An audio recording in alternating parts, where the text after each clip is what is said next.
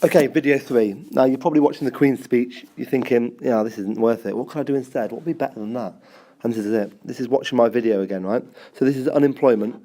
I think this is fairly easy. So this shouldn't take too long. Now, remember, you've got to know all these things. So you've got to know the definition. So the definition for unemployment is there's 3 words you say to start off with. You say you have to be willing,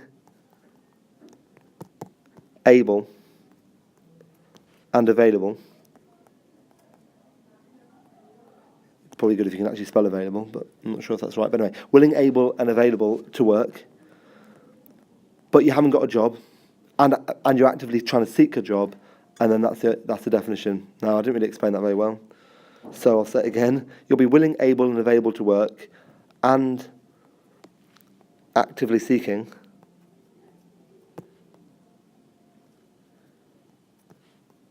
right, but you haven't got a job. That's it. Right, so that's unemployment. Flicking on to the next bit. How is it measured? Now, it's measured in 2 ways. It's either the ILO, which is also called the Labour Force Survey. Right, now, this is obviously just a survey. So they go to, I think it's 60,000 homes, and they ask 100,000 people. So that's one measure of unemployment. The second one is the claimant count. Now, do not even think about saying claimant count is the number of people claiming benefits, because it's not. It's the number of people claiming job seekers allowance. Now, one of these 2 numbers is always higher, and it's always this one that's higher than the claimant count. And there's a couple of reasons for that. I can't imagine they'll ever really ask you, but it's just worth knowing. Is because certain people aren't able to claim benefit even though they're unemployed. So this could be people with a rich husband or wife, or it could be people who are above maybe 50, and they've taken their pension out. What am I trying to say? But their pension's enough money so they don't actually get to have benefits. That's what it is. So I'm starting to lose the plot on this 3rd video. Right, here we go. So there's 4 types of unemployment. And the first one you'd always do in the exam is going to be the cyclical unemployment. The reason why you like doing cyclical unemployment is because it's got a diagram. So you draw the diagram for cyclical unemployment. You put price level. You put real GDP. If you find these diagrams hard, go back to the previous video because there's loads of bits on diagrams there. Right, so AD's up here, and then it goes down. Do some dotted lines.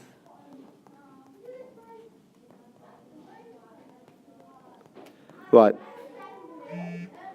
So, if AD is going down like it is, this means there's less demand in the economy. So this could be happening because of a reduction in C plus I plus G plus X minus M. Right. If AD is going down, that means there'll be less demand for goods. If there's less demand for goods, there will also be less demand for workers.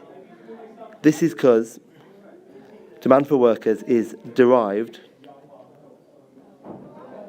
from demand for goods and services. So simply, if there's not enough demand for goods and services, companies will not need workers. That's the first one. Right, the second one is called structural. Now, I know a lot of people think they know structural, but before you start talking about geographic and occupational immobility, don't talk about that first. Before you say that, say structural employment is a mismatch.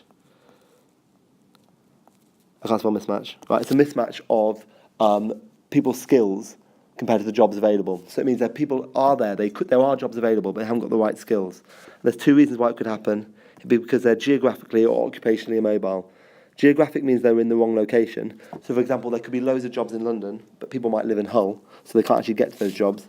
And the second one is occupationally immobile, which basically means you haven't got the right skills. So, to solve those sort of problems, the government are going to have to do things like training and education. Right, moving on quickly. These 2 are like bitty. They're only really useful for the multiple choice. The first one is frictional. Frictional. And that is when people are in between jobs. So for a government, you don't want people to be in between jobs for too long, because while they're in between jobs, they're not getting, they're paying benefits, and they're getting benefits, and they're not paying any tax. So the shorter the time between people losing a job and getting another one, the better for the government. And then the last one is the most ropey one. Like if you're in the exam and you start talking about this, you've probably fallen apart, if I'm being honest. And this one is seasonal. And that just means that these are jobs that come and go during the seasons. So, for example, in the summer, you might be a lifeguard. I'm going to draw a little lifeguard here. That's his float. Okay, so he'll have a smiley face on him. Don't go away. Right, if that lifeguard, at the end of the summer, he won't have a job. But as we've said before, this isn't that big a problem because normally this guy's probably going to go back to school or to university, so it's not that big an issue. Because as soon as you go back to school or university, he's not considered unemployed because, as we said with the definition, he's not available to work because he's in employment. He's in full-time education. Right. So, final bit, right? This output gap, I've only actually talked to one class so far, so I'm just going to say it really quickly. Right. Don't worry to everyone, all the other classes. We're going to do it the first week back, but I might as well show you. So, real GDP goes at the top, which is the only time it will ever go there, and time goes at the bottom. And this line here is the trend rate of growth. So I'll actually write it out. It's called the trend rate. So this is how much that we're expecting to grow as an economy. So say this was 3%. There's another line that goes round it, like this. And this is called I should have made that carry on, sorry.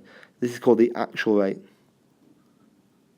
Because the thing is, the government can predict that we'll grow by 3%, but sometimes we'll grow by more than that, and sometimes we'll grow by less than that. But bad things can happen on both sides of this. So, for example, if we're growing by less than we expected, so say down here, we're growing by only 1%, or even worse, we might actually be going into a minus. And if we're going into a minus, we might be going into recession.